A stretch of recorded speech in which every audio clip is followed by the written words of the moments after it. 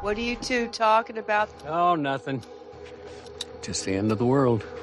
Tick-tock, tick-tock.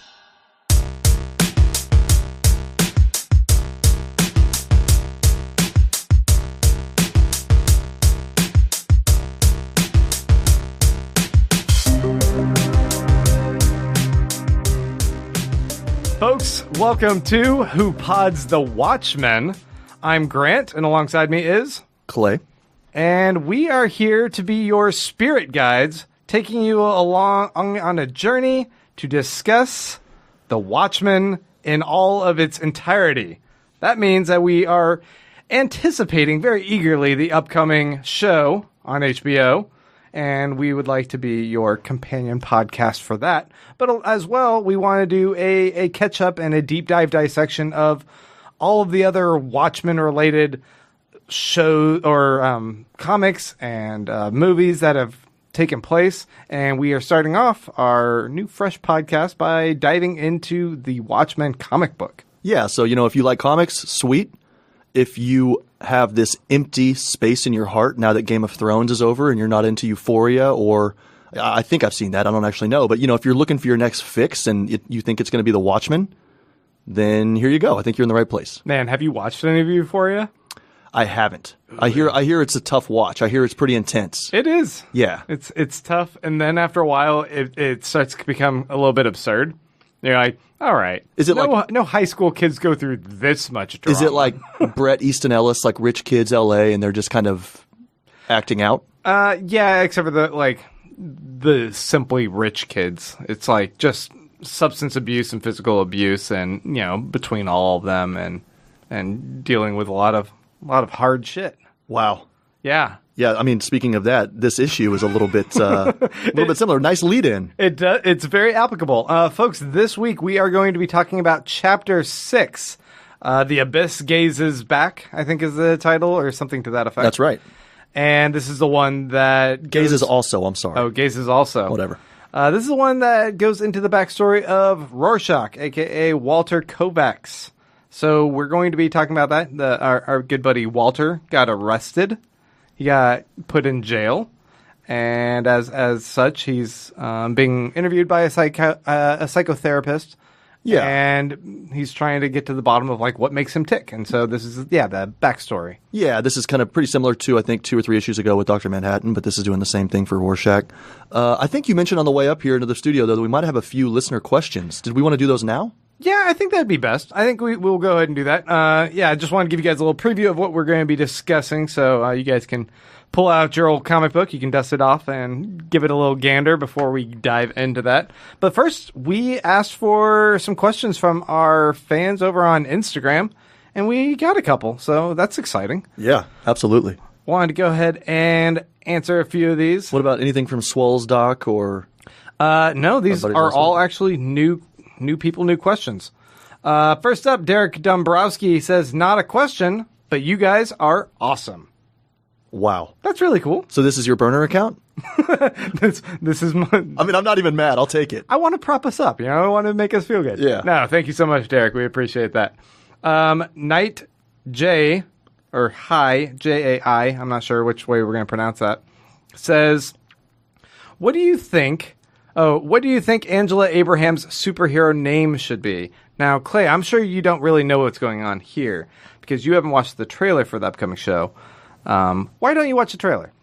It's just the same thing as if I go on vacation, I don't even really look at photos. I just like to see it for the first time. Whenever I'm there. You want the fresh experience. I like the immediacy of it. Yeah, I want to kind of live in the moment and just appreciate it. And I don't want to start thinking about it too soon or get too excited and then, have to wait. So I just kind of try to live. And then when it comes along, it comes along. Yeah, I get that. Yeah. Okay, so for my part, I do watch these things and I obsess and then I want to theorize a bunch. Angela Abraham is played by Regina King. She seems like she's going to be the lead protagonist in this movie. And she's playing a Tulsa PD cop by day who also moonlights as a vigilante hero by night. And it seems like there's some religious iconography that she uses. She wears a black cape. She paints the top half of her face black and wears a lower half mask. And I don't know what to fully make of like what her character is, but it does seem like Damon Lindelof loves religious iconography.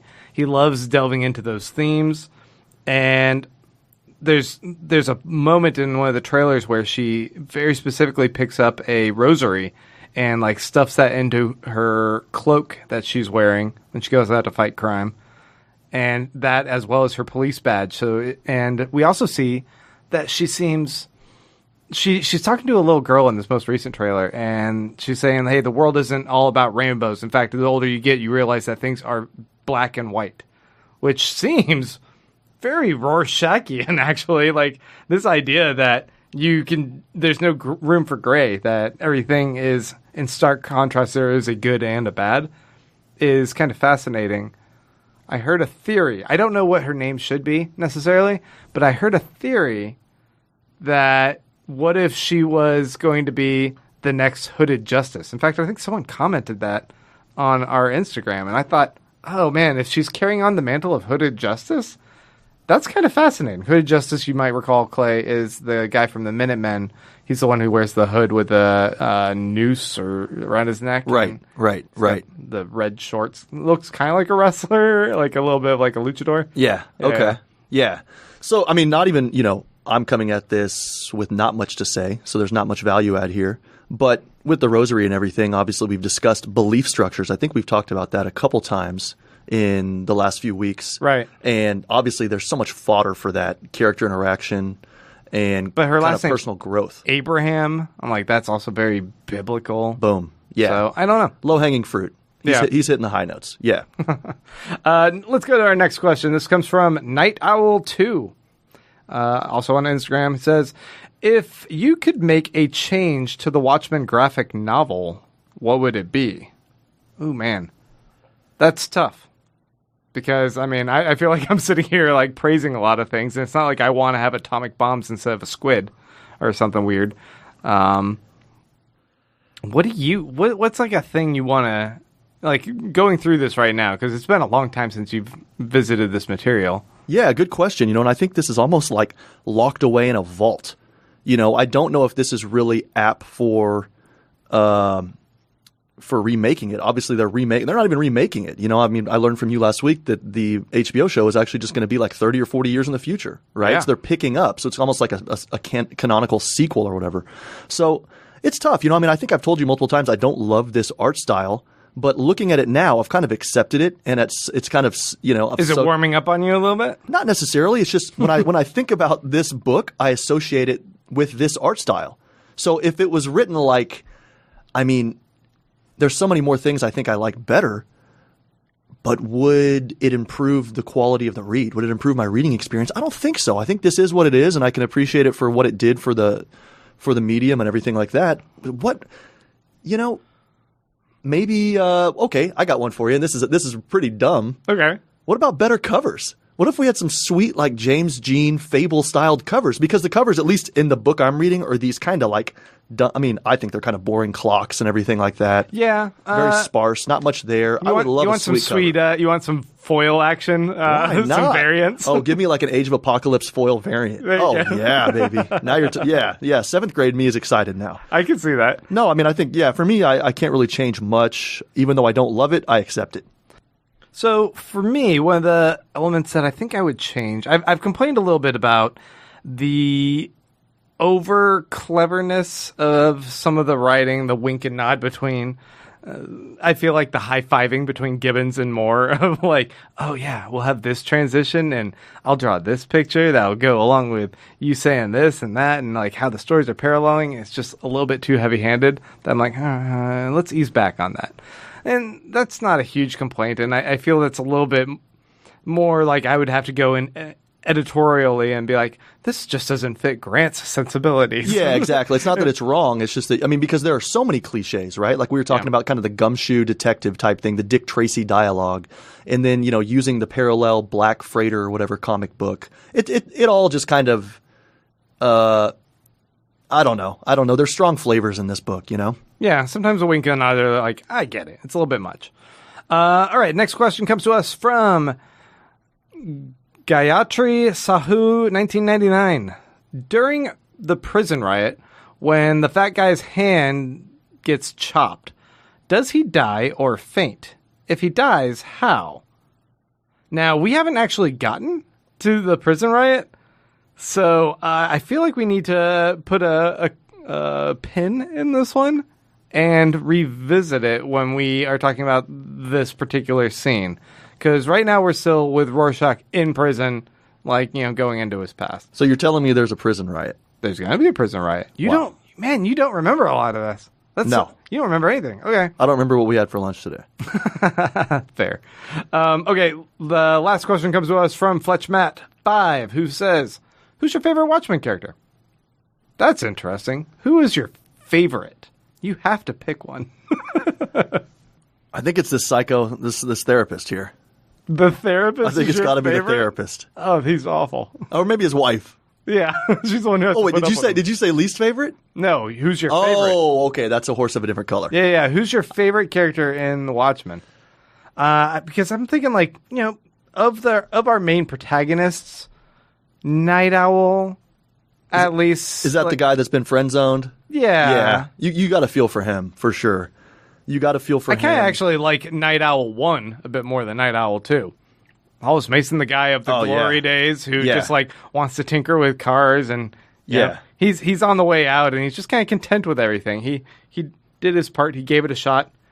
He left relatively unscathed from a lot of the drama. I think I like the comedian. No, you don't. No, for me, honestly, it's Rorschach. I think I listened for about 10 or 15 minutes before I joined you a couple weeks ago just to hear how this was going. And I think y'all both were pretty unhappy with this guy for good reason. There's some problems with him, but I just think... Well, you don't have to think someone's a good guy for them to be your favorite. No, that you're right, but I guess I honestly feel for him. And I think like a lot of what he does, and we'll talk about this because the whole issue is about him, but I think a lot of what he does is understandable to me. Not that I'd go out and do it, but I'm like, oh yeah, this makes sense, Right. He has a very clear path to how he got to be so fucked up. Yeah, absolutely. Yeah, I generally just kind of bitch about him being a bit of a one-man army fascist that seems a little bit kind of fucked up. Yeah, right. And he's judge and jury in a way that maybe he's not the most well-equipped to be such a person. But we can go ahead and get into that. Do you want to go ahead and dive in? Yeah, for sure. And I mean, I think you gave everybody a little bit of a summary. Go ahead. No. Go. Well, this issue is interesting. Like we said, it is kind of a reflective issue. I keep saying episode. Issue kind of like the Dr. Manhattan one from, I think, issue 4. This one just looks at Rorschach, though. It goes back to his childhood. Obviously, at the end of the last issue, he was arrested. He was set up. He was framed. And I don't know if he was necessarily framed, but he was set up. He was set up. Yeah, he was set up, arrested, so now he's in jail. He must be doing some court-mandated therapy or something like that. Maybe the defense team has a therapist in there because they're trying to get him some type of insanity plea. I'm not sure. But either way, he's talking to a therapist, and with that, his story kind of unravels, and he revisits his childhood and how he kind of became Rorschach from pretty meager beginnings. Right. You mentioned when we had the question about what we would change about the comic book that you don't like the covers. And for me, I really do appreciate how powerful and evocative they are for the minimalism that's going on in them. And I'm just so impressed. Like with this particular cover here, we have this Rorschach ink blot that is the first test that this Dr. Malcolm Long gives to Rorschach. I guess we should distinguish. It's Rorschach he's talking to now because it's the present. And he's giving him this ink blot, and it looks like a butterfly. And that's the first thing that Rorschach says, like, it looks like a pretty butterfly. And I think, like, there's a basic outline of it that when he says pretty butterfly, I'm like, yeah, okay, I get how that has the outline of a butterfly, right? What we also see, there's these bands of white and red kind of candy striping it. And I wasn't sure what that was at first. But then when we look at how the scene plays out, and once again, it's a something zoomed in and then it's zooming out from it for the first 3 panels, kind of like in the very first page of the comic series. Yeah, he does that a lot. what he realized is what's going on is there's bands of light from the window streaming across. And there seems to be this, like, the light is illuminating the individual there. Like, am I reading into this too much? But I feel like it all seems like it's really thought out. Like, no, you be you. You know, I think actually I did some online research though before joining you this evening. Oh yeah. And he actually was kind of up against the clock. He forgot to do a cover, and so then he just took the first panel and blew it up. You're bullshitting. Yeah, I just made that up. No, I mean, look, yeah, we could say artistically, okay, there are bars between them indicating that they're never going to connect, this therapist and Rorschach, et cetera, et cetera. Possibly. Either way, it's a nice image, even if it is light, because it shows you that they're in a room. It's pretty sterile, and light's coming in from somewhere else, and I bet he would rather be outside than in. Right. At one point, in fact, the doctor says, "Oh, how's it going?" He's like, "Still in prison." Right. Yeah, that's your answer. Yeah, totally. Except for I imagine that he just talks in just monotone. Still in prison. Yeah. Like, kind of like Sling Blade. Exactly. I like that. Still in prison. Exactly. Let's have some mashed taters. Yeah. Right. All right, so let's go ahead and talk about what Rorschach is going through here, Yeah. because we have two different people. We have Walter Kovacs and we have Rorschach. And if you take what he's saying to be accurate and not just like, I mean, it seems like is a genuine multiple personality, But he's full-on honest. split. But he's honest. Yeah. Yeah. He is now this other person. He's no longer who was Walter Kovacs. That person's dead and gone ever since the incident with the butchering of the dogs and discovering, the kid had been burned to death. So he has changed. He's evolved. And also, once again, going back to this butterfly on the cover, it is a metamorphosis, because with butterflies, they go from a caterpillar to liquid goo, The chrysalis. before they become a butterfly. It's not like a Pokemon evolution where they get a little bit more fur and they're like, or whatever. Yeah, I should not say lost Pokemon. me. Yeah, I don't know what's going on. It just seems like an immediate evolution that we see. It's not like what's an animal that obviously grows and levels up halfway through? like humans. Human. It's like, Yeah, humans. okay. I think It's we not do a that. baby going into an adult. I'm like, it's not a Pokemon. That's the only thing I can relate to right now. Yeah. It's not an RPG character leveling up. I just mean he is a new person. There was a cleavage in between the two personalities. Yeah. Absolutely. Yeah. a butcher's knife to a dog's head. Yeah, that's tough to think about. That's really fucked up. Yeah, but at the same time, I think, as you know, I'm an animal lover. Yeah. Yeah. But I added your bio to the website. I wrote that you have a dog, a cat, a rabbit, and 5 chickens. yeah, all true statements. Yeah, I definitely do. And I think you're right that but there is similarity between the two characters. He sees himself that way, and that's when I think he finally let go. And I really think this podcast is going to be interesting, at least chatting with you and getting your perspective, because in the Dr. Manhattan issue that looked at his backstory and history, there was stuff going on that mattered for the current environment, and what's going forward. Here, this is more just kind of an explanation. We don't actually ever really need this. So for me, it's almost just, let's talk about his psyche and let's talk about what's going on and what would break. I don't know. Maybe that's dumb, but I'm like, what would break you? Is what he turned into understandable? Why did he do it? I think that's really what we're talking about here. Yeah, I think you're right. In a way, it's a bottle episode. In a way, it's a deep dive into the psychology behind why one becomes a superhero, and how that can be problematic.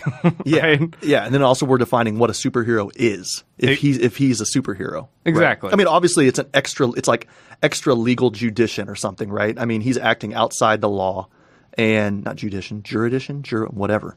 He's acting outside the law and jurisdiction. And actually, what? Speaking of that, that's really funny because he, right after he becomes Rorschach, he lays that guy out who is spray painting who watches the Watchmen. Yeah. So he's not beholden to anyone at this moment. That guy wasn't necessarily even a bad dude. Maybe he was doing some graffiti, right? Mm-hmm. But that's probably it. He was actually kind of a freedom fighter if we think about it, right? He's asking the questions that should be asked, and Rorschach isn't having it. So Yeah, in fact, that happens twice. How he views the people doing graffiti, and those people are the ones trying to call out and, yeah, like you're saying, hold to account the people in a position of power. They're trying to say, hey, the rest of society, whether it's United States government, Russian government, or Soviet government, whatever, and the superheroes, right? I mean, they had like the Hiroshima things as well, yeah, which I think plays a big hand here. So, you mentioned Rorschach's view of the people with graffiti.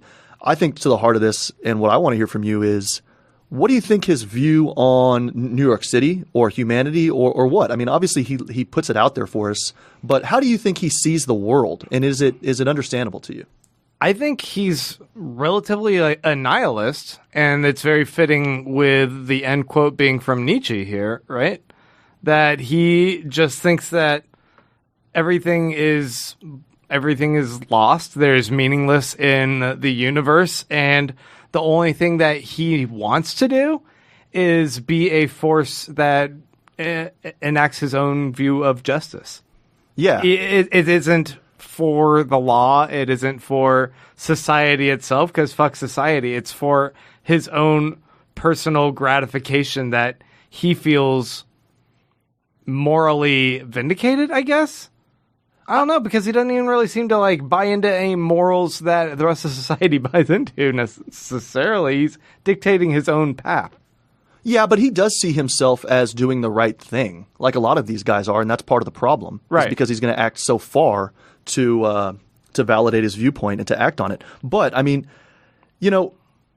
I just love I love the title here. The Abyss Gazes Also. Obviously, This is a guy who's looked into the abyss. He's realized that there are no, at least in his view, there is no God, right? There is nothing guiding us except for ourselves. And so we're responsible for everything, the good, the bad, and we're to blame for it. And so he's going to get revenge on those who manipulate that or maltreat that, right? Yeah. And, when you think about it's just a question we've all faced. At some point, if you have a crisis of faith or you get to a certain age, I know you always make fun of me because I always quote my age here, but as a 36-year-old, after a while, you go to work, you do the same thing day in, day out.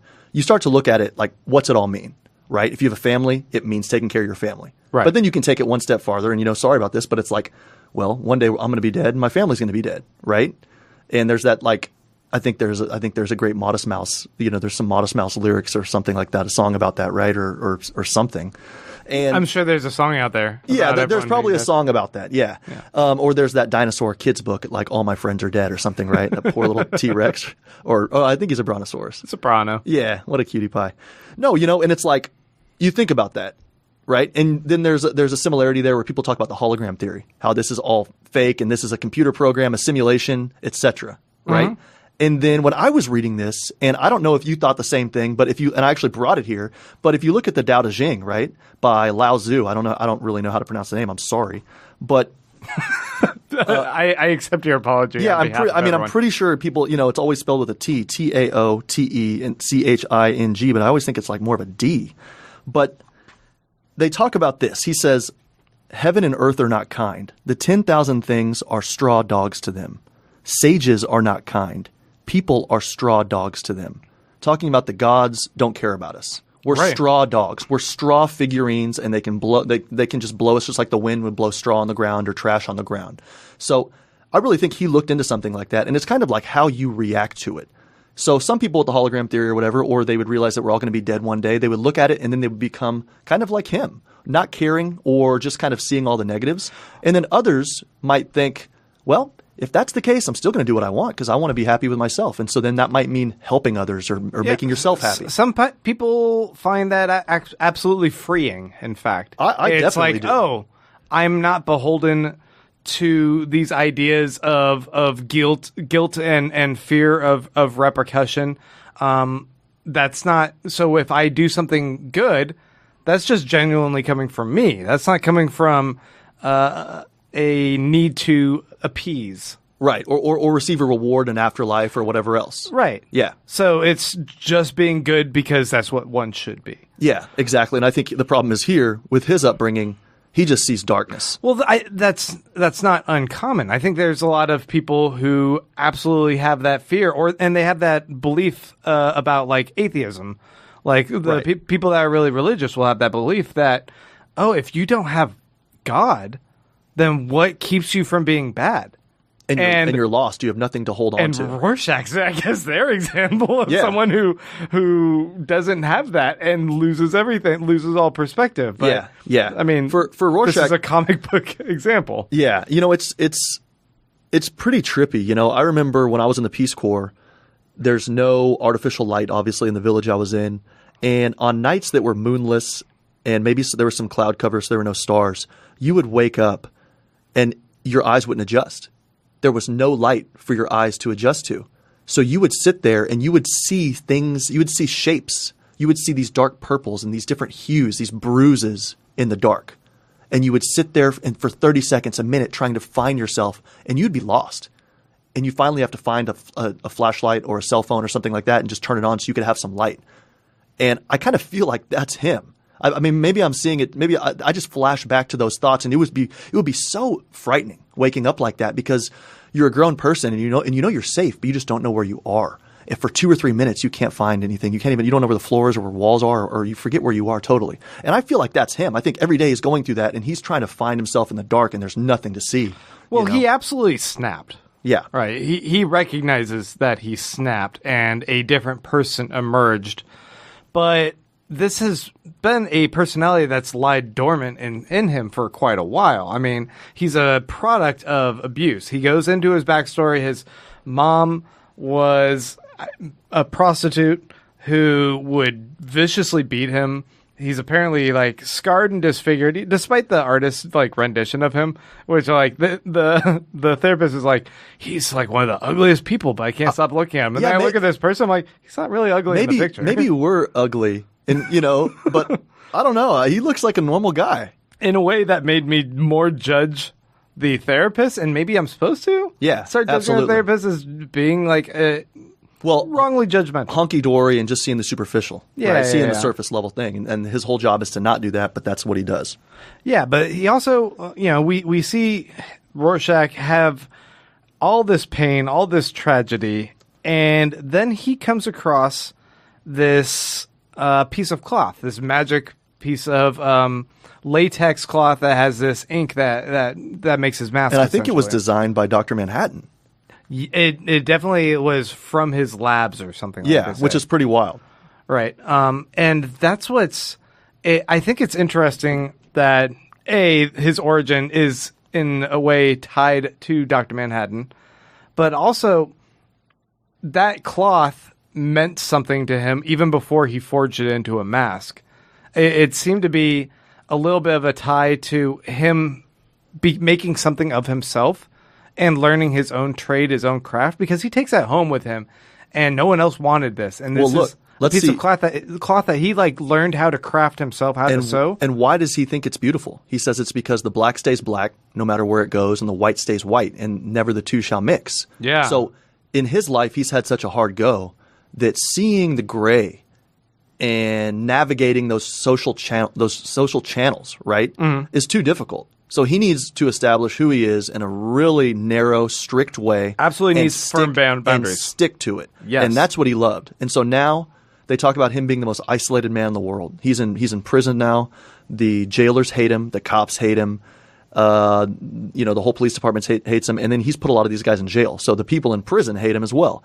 And he likes it.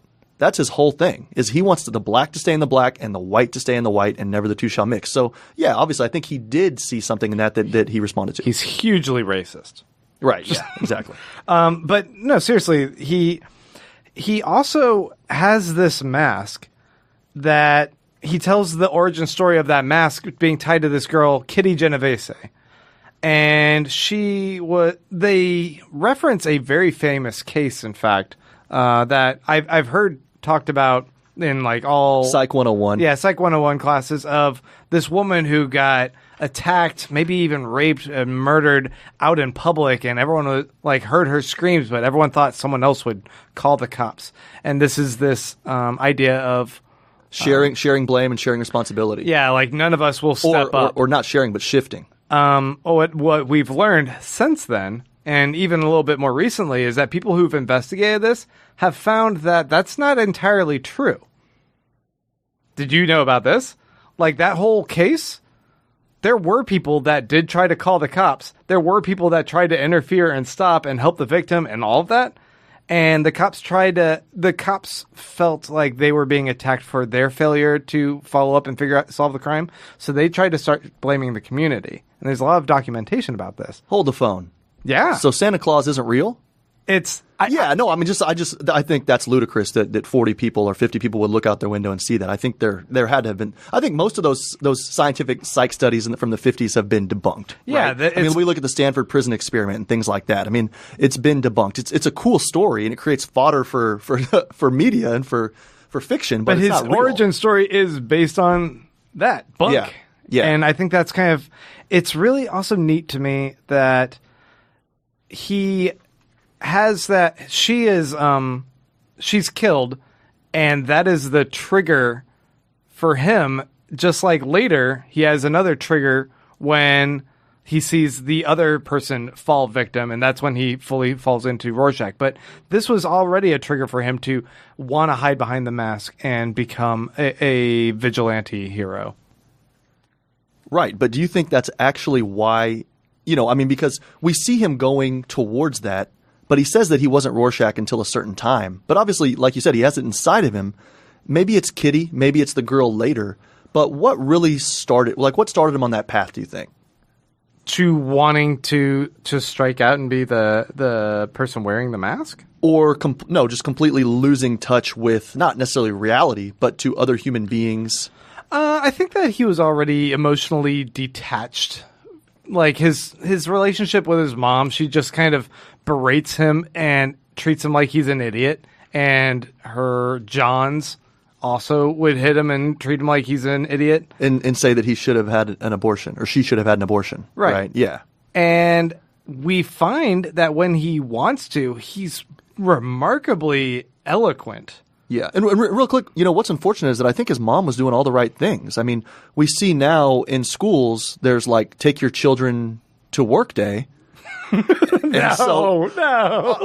When he walks in on her, making money, albeit by having sex with strangers. Yeah. She's getting him started in a trade. Am I crazy? That's empowering. Yeah, right? let's edit that out. No, but I just think that there is a difference between beating up these thugs and people that are doing something to him. Which actually, like when I saw him putting the cigarette in that kid's eye and then biting his face, I'm like, yeah, that's not what I would have done. But I kind of wish sometimes, you kind of wish you would have done something like that to bullies, right? When you're a kid, right? And I guess I mean to say I was kind of on board with him the whole time, and then I saw him take a cleaver to the dogs. And, even that, I'm not judging him because I know he's lost something, and he is lost. But it was kind of something where obviously there's no turning back from that, right? I mean, that was the moment. He took a cleaver, and with that, there's cleavage between the former him and now the new guy, Rorschach. And you said this guy's your favorite character. Yeah, he really is. I mean, he just murdered some dogs. No, and that's awful. But, none of us – look, again, I don't want to be his buddy. You're not condoning his behavior. He's just the most fascinating. I'm not even not condoning it. Okay. Have you ever been so stressed out that you've done something out of character and you think, damn, I really need to take a breath? You know what I mean? I think we've all done that. There's no room for gray. He's a strict believer. I mean, he obviously, I'm stretching that to him taking cleaver to dogs. But I think he's so sick of humanity and so sick of this violence and everything. And then when he looks out the window and he sees that these dogs are chewing this girl's bones, he's just done. He's so done with people at that time, and he just wants to lash out, and that's what he's doing.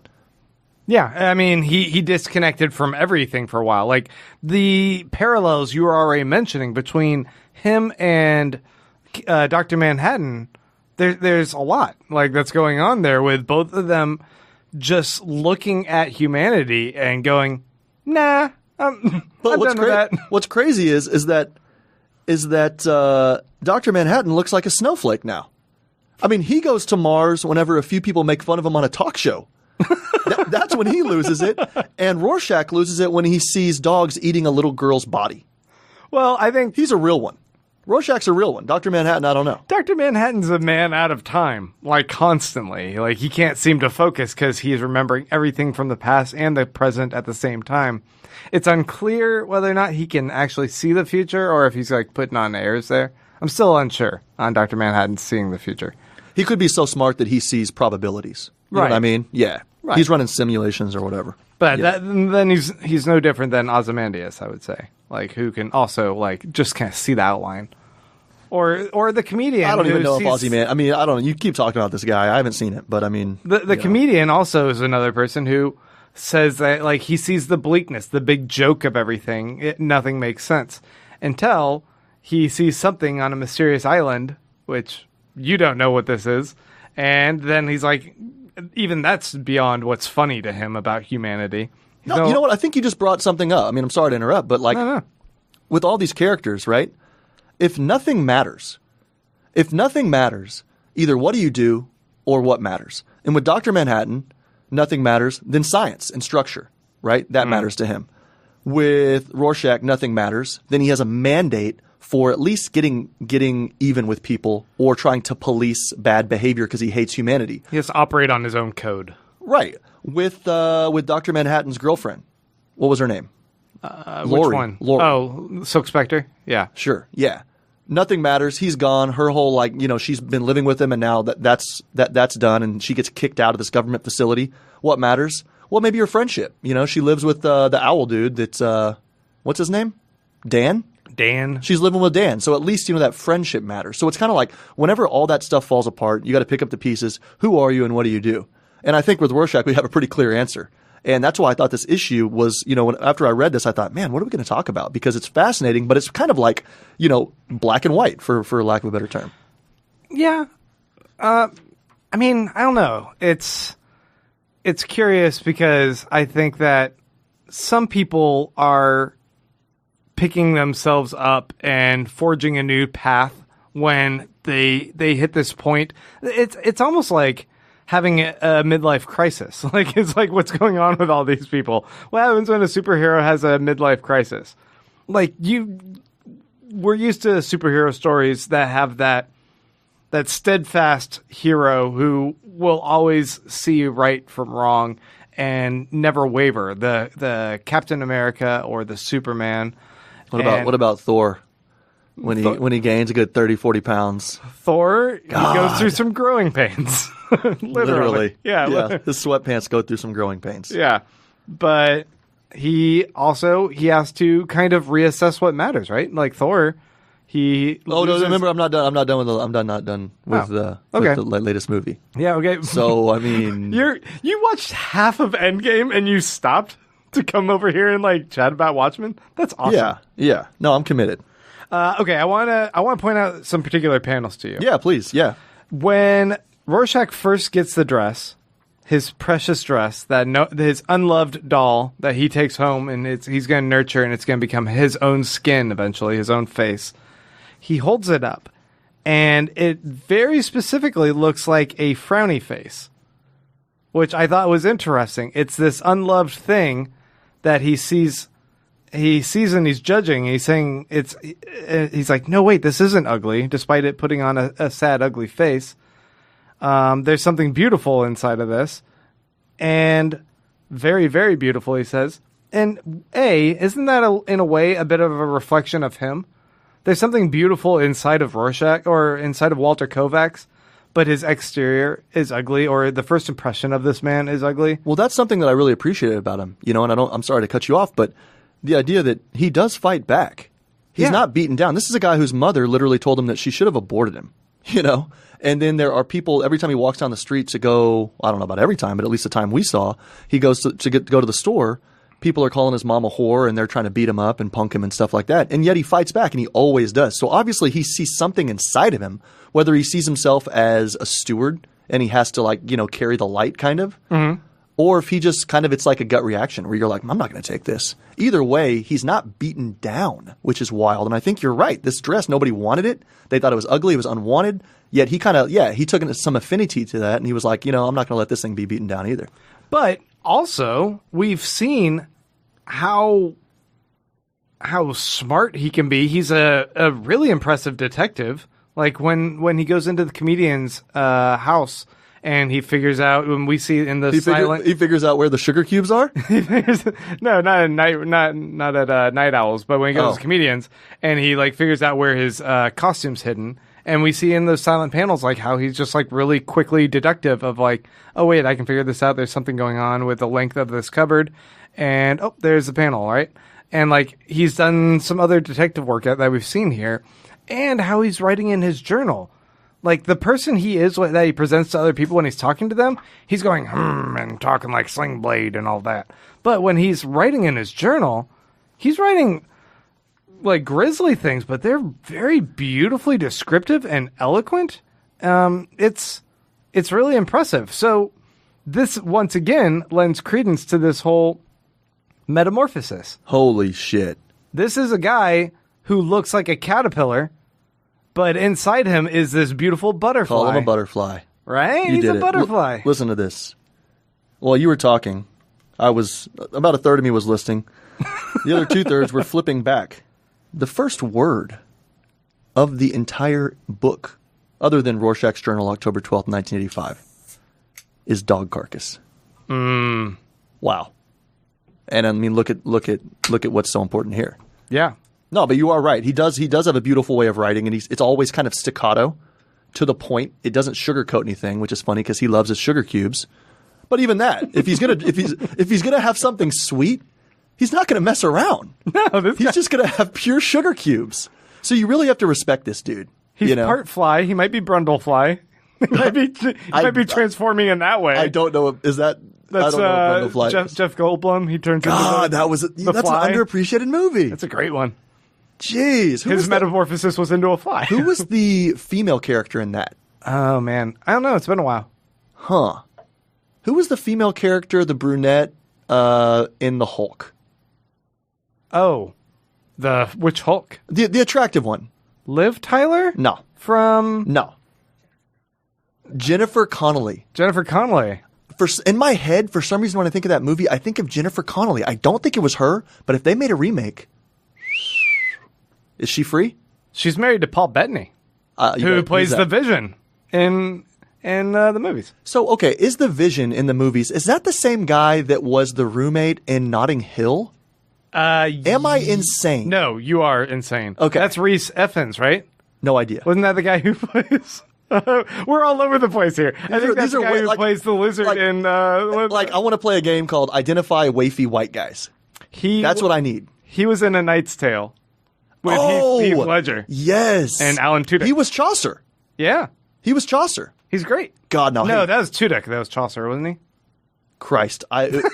Hey. We are talking about The Watchmen, I think. Well, no. I mean, hey, hopefully our listeners at least identify a little bit with what we're going through. Hey, one thing I do want to talk about is the therapist. It's really the only other character that we have through this entire issue. And I think, obviously we see that Rorschach's, I mean, would you say that this is the high-level assessment or high-level interpretation of this is that Rorschach's worldview will go in and kind of whittle, earworm into somebody and then corrupt them from the inside and rot them from the inside, just kind of like how he's been rotted from the world? I'm of a mixed opinion with the therapist. The therapist is obviously an opportunist. He is a jolly old therapist who wants to ogle at these creatures in these prisons that have sickness and delight his dinner guest friends with the tales of oddities and fucked upness. Like he's a voyeur, right, in a way. And he likes to just kind of step into their lives, glean what he can, so he has a great tale to tell at a cocktail. Exactly.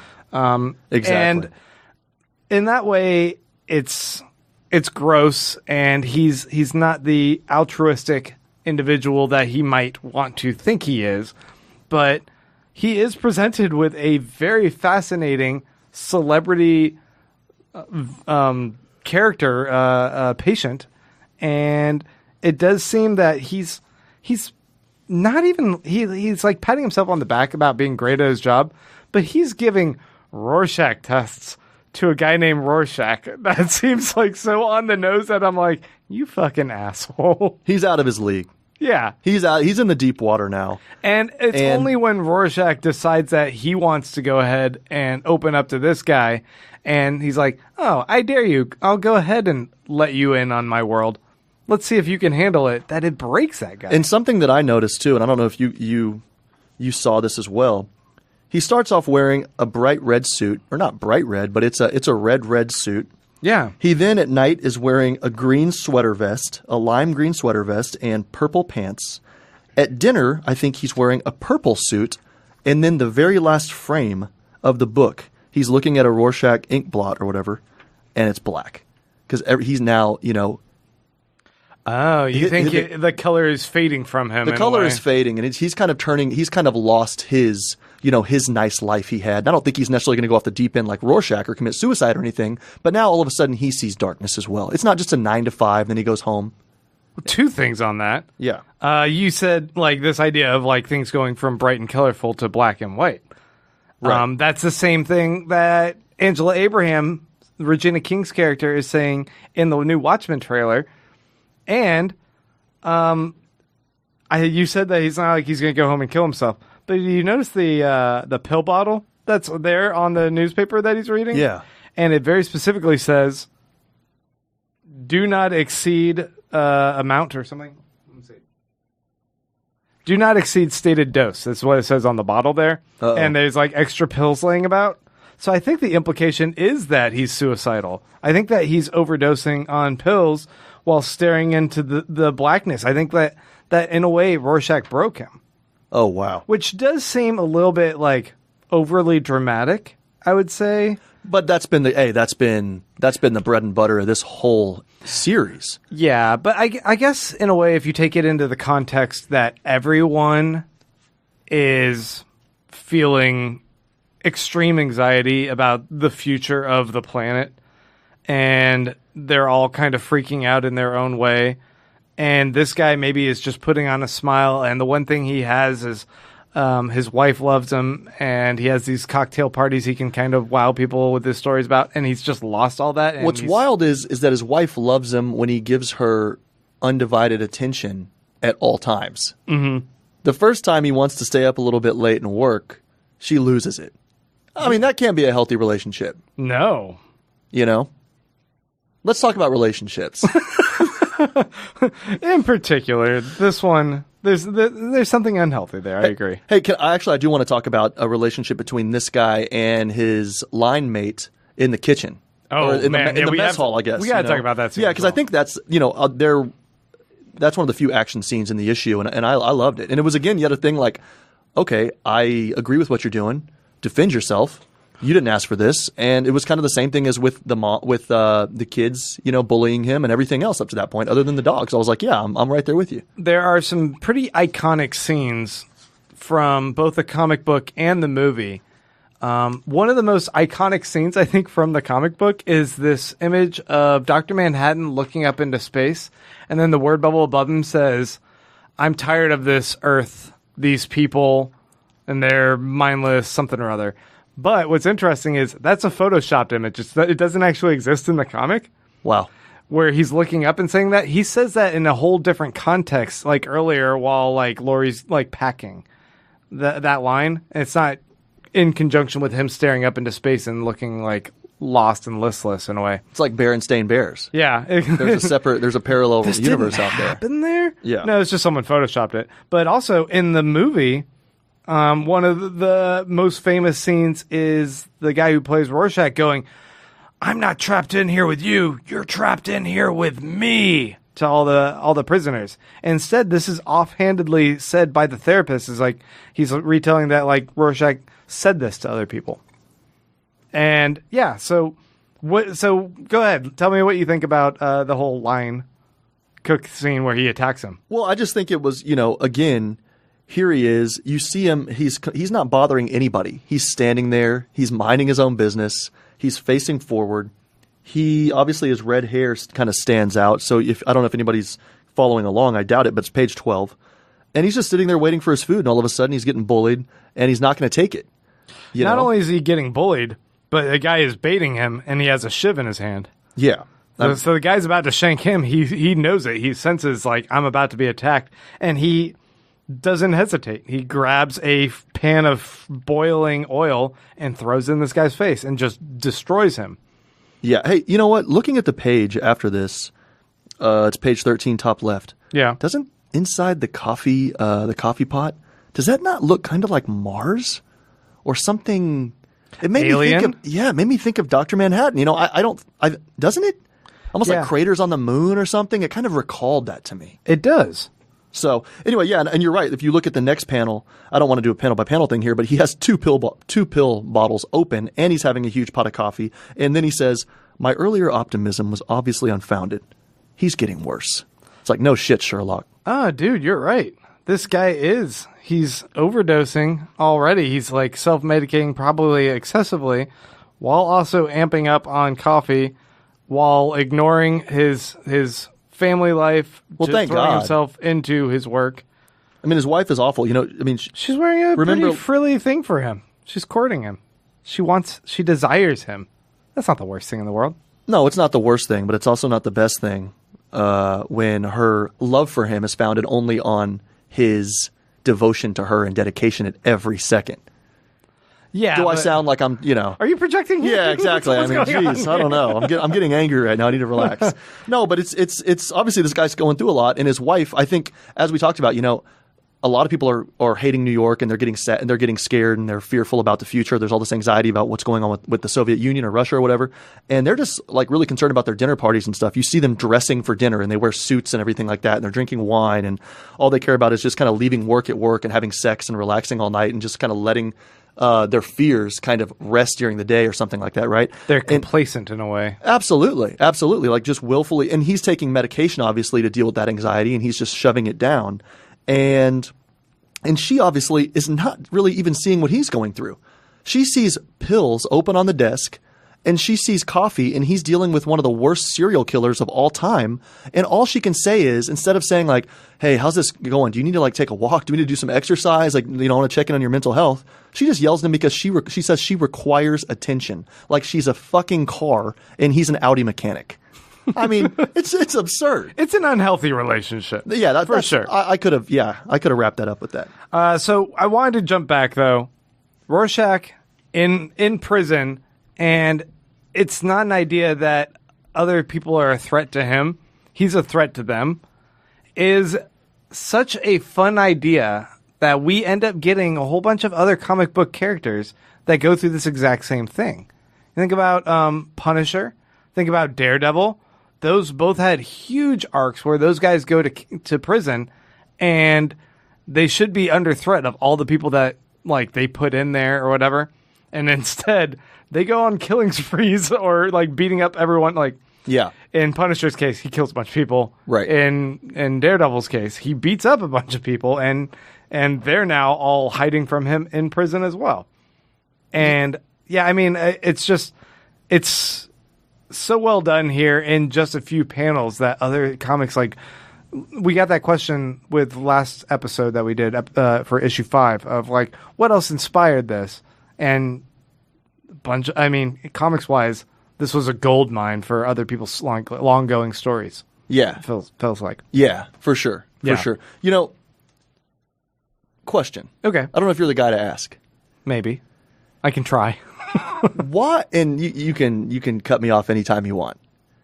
Why would Tim Duncan, one of the greatest power forwards, some people would call him a center, but one of the greatest power forwards of all time, one of the most mild-mannered NBA players of all time, Okay.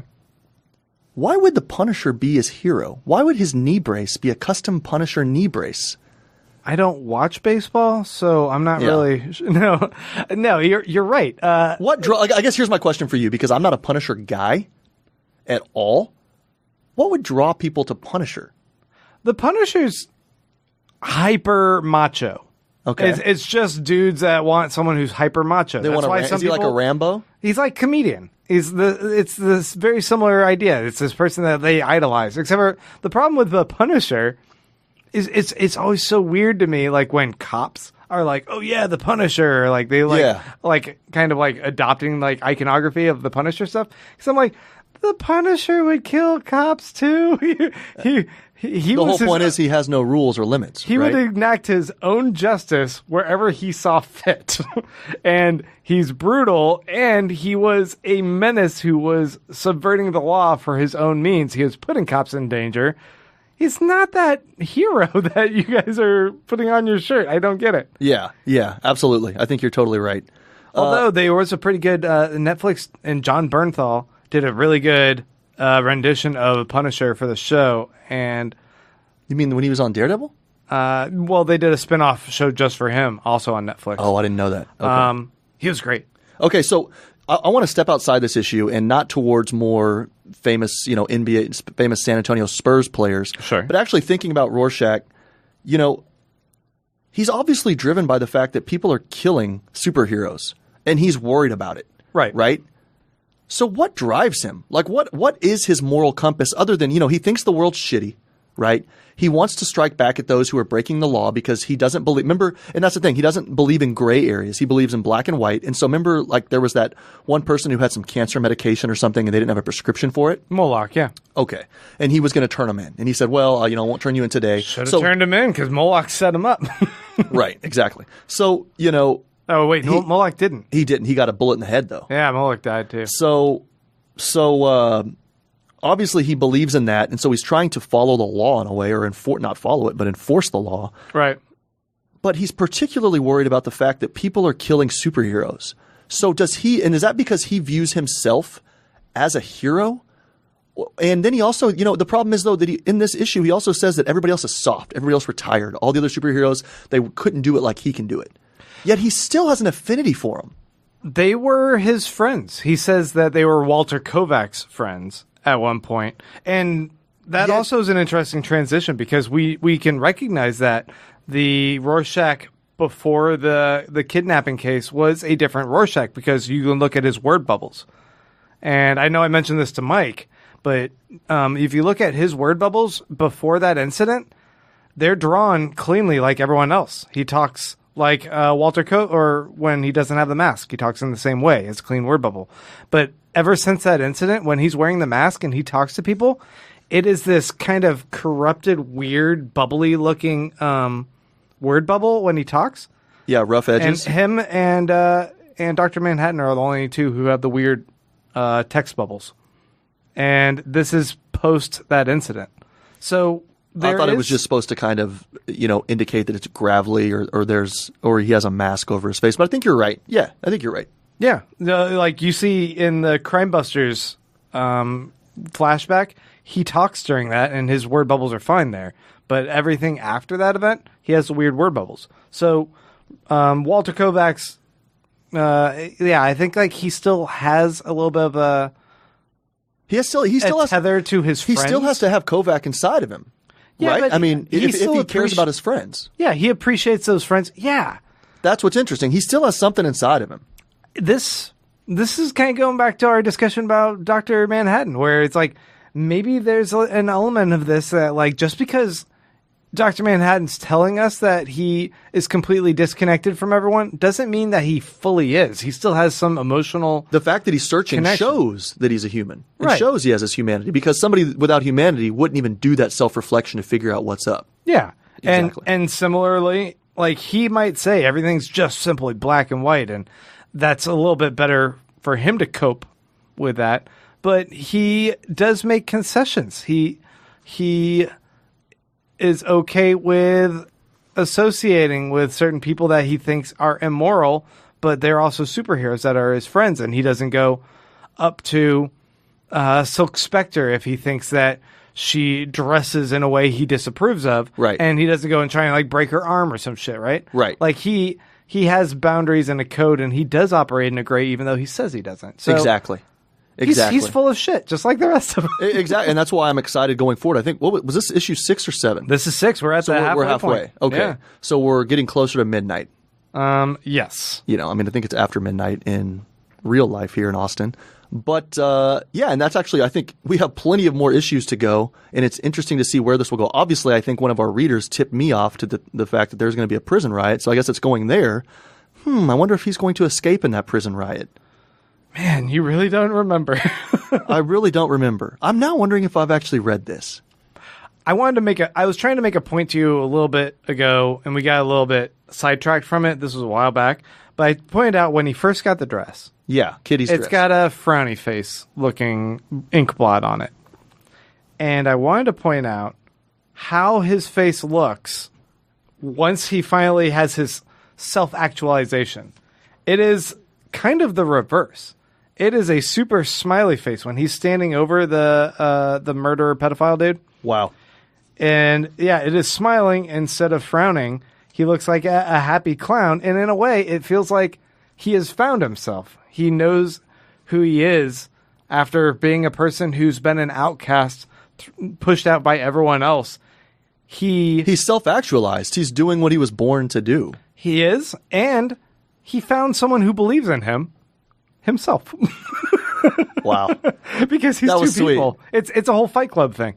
Yeah, I think I remember that movie. Okay, well, they're the same person. Yeah. Okay, cool.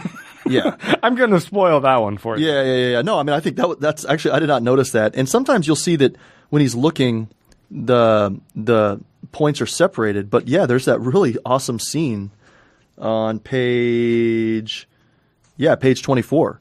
It's that, and he's splattered in blood, and he does have a huge smiley face on. Right? So that's a pretty sweet find. Also, hey, did you think it was interesting that I thought it was really well done whenever he opens up the cabinets and he sees the really shiny weapons or tools or saws or whatever, like cleavers. They're or very whatever. clean. Yeah, you're kind of like, okay, so he's in the right spot. And again, it goes to your point about him being a good detective. You know, because he does the dirty work. He checks the cutting board, sees there's blood on there. Also, he's in a place. This building is like an abandoned closed workshop. So he had his first step in his progression toward his transition, I guess, as you will, to becoming Rorschach when he discovered that material when he was working at that clothes shop that he worked at for like 6 years of his life. And he takes that home. He transforms it into a mask for himself after learning how to even work with the material. He's self-taught. And then when he makes his final transition, it's at this other location that also has these figures on it, these form figures. And he talks about not the burning of the body of the guy he just killed when the flames are going up, but of the felt figurines, the felt models for the clothes, those burning up.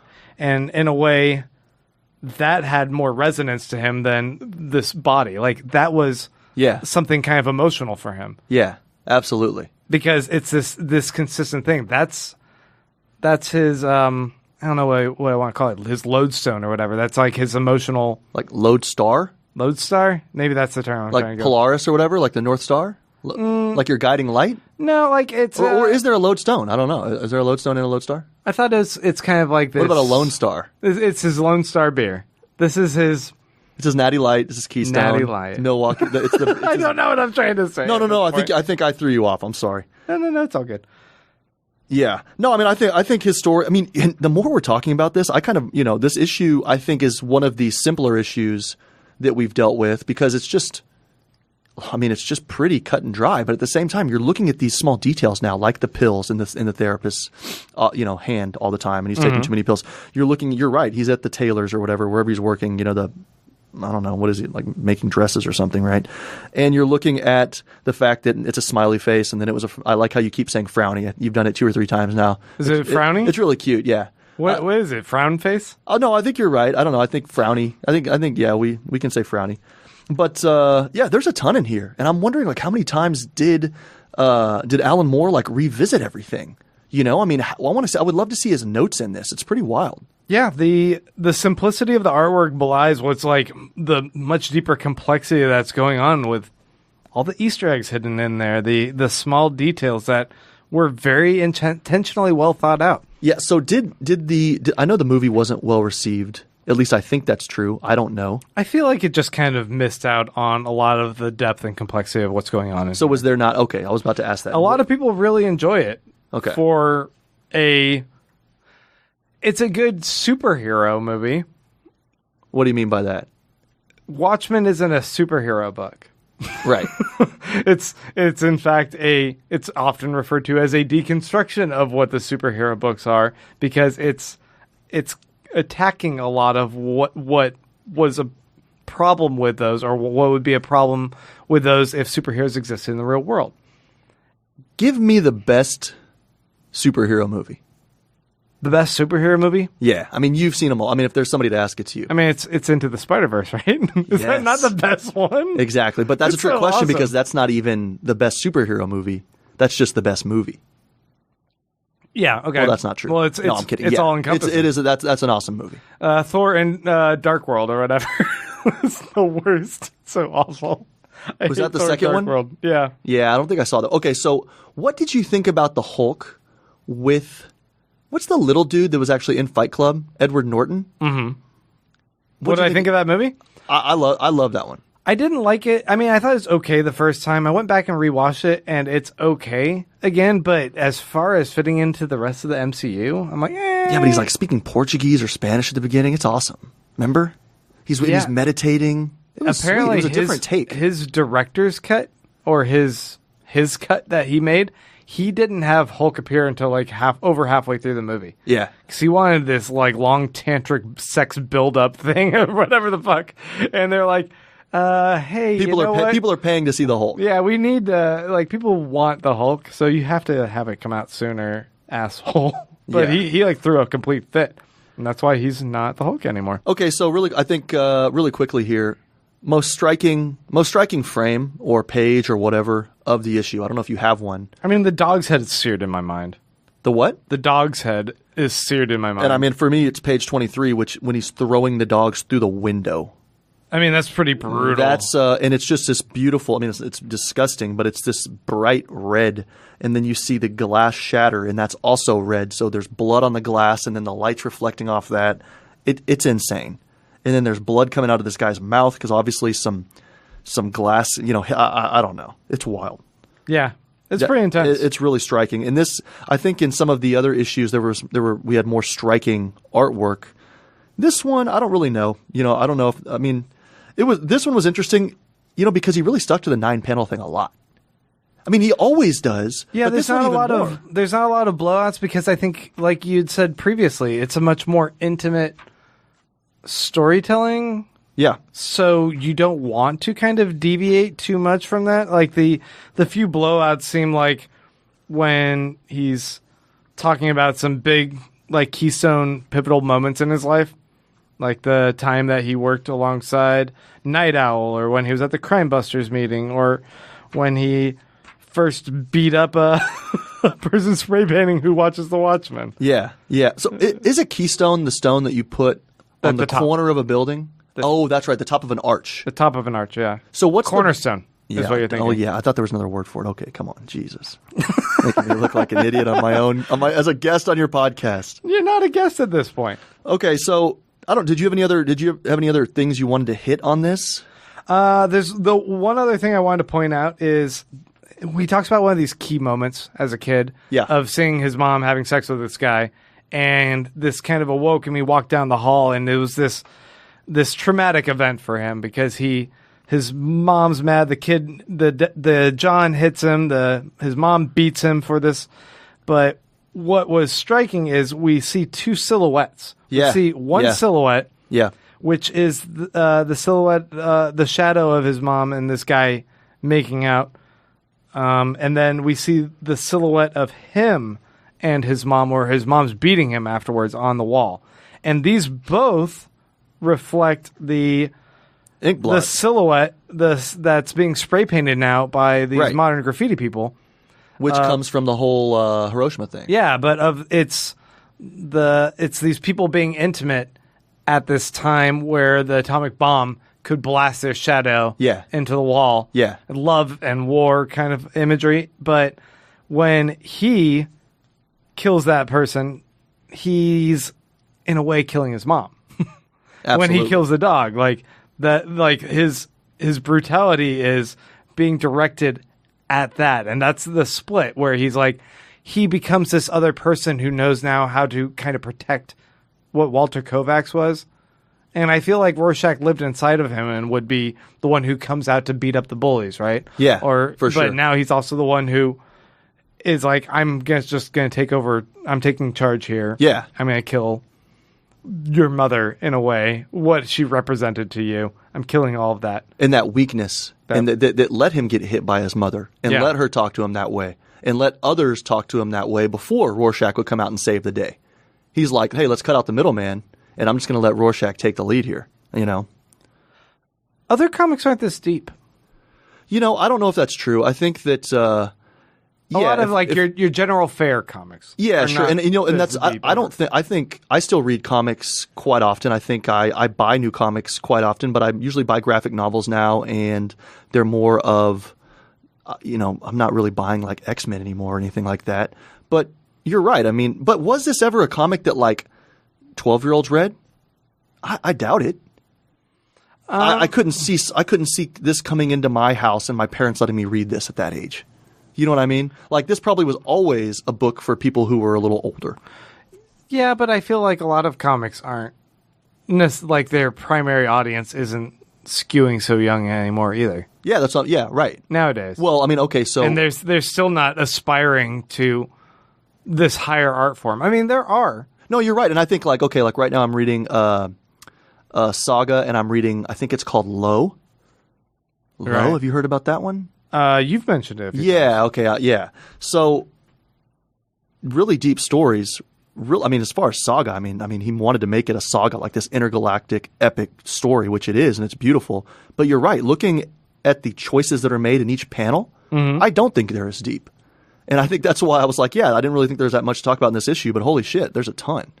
Which is pretty awesome. And you're right. I don't think, I think I like other art forms better and stuff, but he's obviously making a ton of editorial decisions, and I think he's revisiting the subject material. And obviously, he didn't just do a first draft and put it on and have them ink it. No. He really looked at it and thought, hey, this is going to be a frowny face, as you'd call it, and now he's going to be smiling.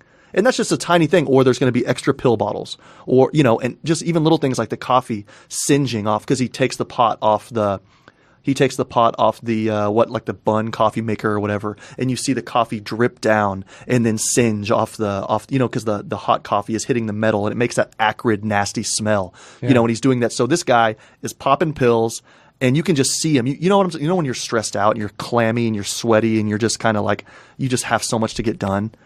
You're looking at me saying this. Yeah, I do know. I feel it right now. Yeah, I'm sorry. Yeah. This is supposed to relax you, Grant. This is his magnum opus. You're right. Yeah. It's incredible. And I think that's a good place to go ahead and put a pin in this. We are now at the halfway point.